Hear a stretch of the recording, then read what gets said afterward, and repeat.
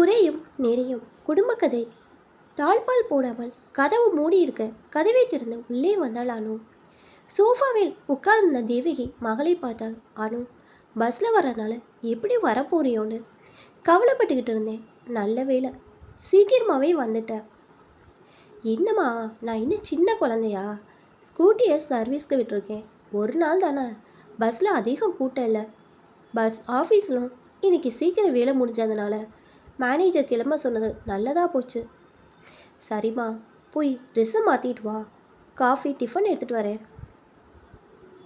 அபியும் இப்போ தான் காலேஜிலேருந்து வந்தா. நீ வந்ததும் காஃபி குடிக்கிறேன்னு சொல்லிட்டா. கண்ணாடி முன் நின்றாள் அனு. சுண்டினால் ரத்தம் தெரியும் ரோஜா நிறம், நீண்ட விழிகள், எடுப்பான மூக்கு, புன்னகை தவழும் உதடு, அளவெடுத்து செதுக்கியது போன்ற உடல் அமைப்பு. பார்ப்பவர் யாருக்கும் முதல் பார்வையிலேயே அணுவின் அழகு கவர்ந்துவிடும். அவள் அழகை ரசிப்பவர்கள் அவள் நட அழகை பார்த்து பரிதாபப்படுவர். அணுவிற்கு 2 கால்களும் ஒரே நேரத்தில் இல்லாமல் குட்டையும் நெட்டையுமாக பிறவியிலேயே அமைந்துவிட்டது. அதனால் குடை சாய்ந்தது போல் ஒரு புறமாக சாய்ந்துதான் அணுவால் நடக்க முயலும். திருமண வயதை நெருங்கிவிட்ட மகளின் இந்த குறை தேவகியை பெரிதும் வாட்டியது. அக்கா வாக்கா, அம்மா சூட பஜ்ஜி போட்டிருக்காங்க. அக்காவை அழைத்தபடி வந்த அபி அணுவின் அருகில் அமர்ந்து கொண்டாள். கையில் வைத்திருந்த பார்சலை அக்காவிடம் கொடுத்தாள். என்னடி இது? பிரிச்சு பாரு, தெரியும்.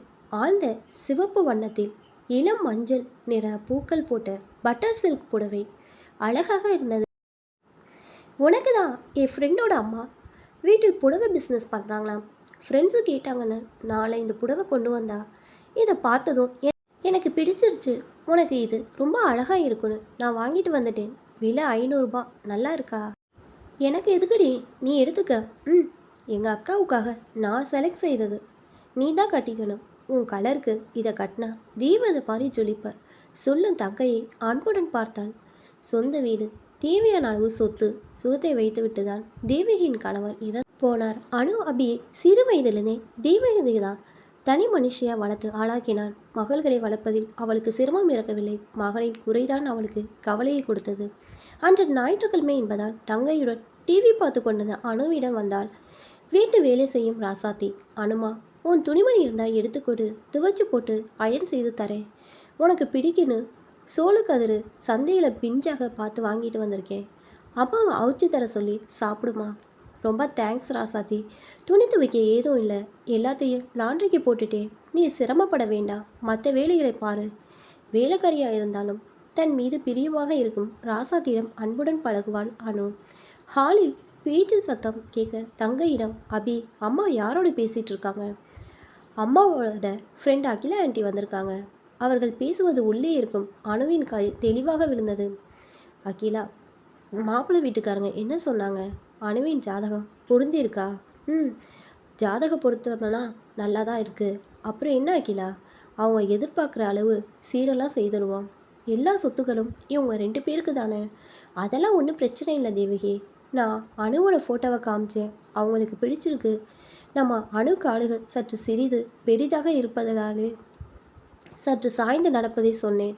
மௌனமாக அவளையே பார்த்தாள் தேவகி. அவங்களுக்கு அதில் அவ்வளவாக சம்மதம் இல்லை தேவகி. பையன் ராஜாவாட்டம் இருப்பான், வேறு இடம் தான் சொல்லுங்கன்னு சொல்லிட்டாங்க. நானும் அணுவின் நல்ல குணத்தை எடுத்து சொல்லி குடும்பமாங்க நல்ல விதமாக இருப்பான்னு எவ்வளவோ எடுத்து சொன்னேன். அவங்க கேட்கல. சரி விடு தேவகி, வேறு ஏதோ நல்ல இடம் வந்தால் சொல்கிறேன். அப்போ நான் கிளம்பட்டுமா? பிடித்தாற்போல் உட்கார்ந்த இடத்தை விட்டு எழுந்திருக்காமல் அமர்ந்திருக்க அம்மாவிடம் வந்தாள் அனு. அம்மா, என்னம்மா, ஏன் என்னவோ போல இருக்க என்ற மகளை கண்கலக பார்த்தாள். உன் எதிர்காலத்தை நினைச்சு எனக்கு கவலையாக இருக்கு அனு. கடவுள் ஏன் இப்படி நமக்கு குறைய வச்சு சோதிக்கிறான்னு புரியலை. உனக்கு இருக்க அழகுக்கு உன் கால்கள் இப்படி படைச்சு நம்மளை பழி வாங்கிட்டானே. உனக்கு நல்ல இடத்தில் கல்யாணம் செய்து சந்தோஷ வாழ்க்கையை பார்க்கணுன்னு நினைக்கிற என் ஆசை நிராசையாக போயிடுமோன்னு கவலையாக இருக்குது. அம்மாவை பார்த்து புன்னகைத்தாள் அனு. என்ன, உன் குறைய நினச்சி உன் வாழ்க்கை என்ன ஆகுமோன்னு பரிதவிச்சு பேசுகிறேன். என் கவலை உனக்கு சிரிப்பை வர வைக்குதா? என் செல்ல அம்மா, நீ ஏன் இப்படி நிறைகளை விட்டுட்டு குறைகளையே பார்த்துக்கிட்டு இருக்க. எனக்கான வாழ்க்கை நிச்சயம் அமையும், கவலைப்படாத. பேசும் மகளை புரியாமல் பார்த்தாள் அம்மா. நான் சொல்கிறது உனக்கு புரியலையா? என்னை பொறுத்த வரைக்கும் நான் கடவுளுக்கு ஒவ்வொரு நாளும் நன்றி சொல்கிறேன். ஏன் தெரியுமா? அவர் எனக்கு கொடுத்த நிறைகளுக்காக. என் மீது பாசத்தை பொழியும் இந்த அன்பான அம்மா எனக்கு கிடைச்சதுக்கு, என் மீது உயிராக இருக்கும் என் அருமை தங்கை, நாம் நிறைவாக வாழ சொந்தமாக வீடு, என் மீது உண்மையான அன்பு செலுத்தும் வேலைக்காரி, என் உணர்வுகளை புரிந்து கொண்ட நல்ல தோழிகள், கனிவான அணுகுமுறை கொண்ட என் உயர் அதிகாரி, எந்த வேலையும் உன்னால் முடியும்னு உற்சாகப்படுத்தும் என்னுடன் வேலை பார்க்கும் என் சக பணியாளர்கள், மன நிறைவளிக்கும் நல்ல வேலை, பணத்துக்கு கஷ்டப்படாமல் நிறைவான பொருளாதாரம், நல்ல உடல் ஆரோக்கியம், இவ்வளோ நிறைகளை கடவுள் எனக்கு கொடுத்துருக்கிறார்மா. இவ்வளோ நிறைகளை எனக்கு கொடுத்த கடவுளுக்கு நான் நன்றி சொல்வேன்.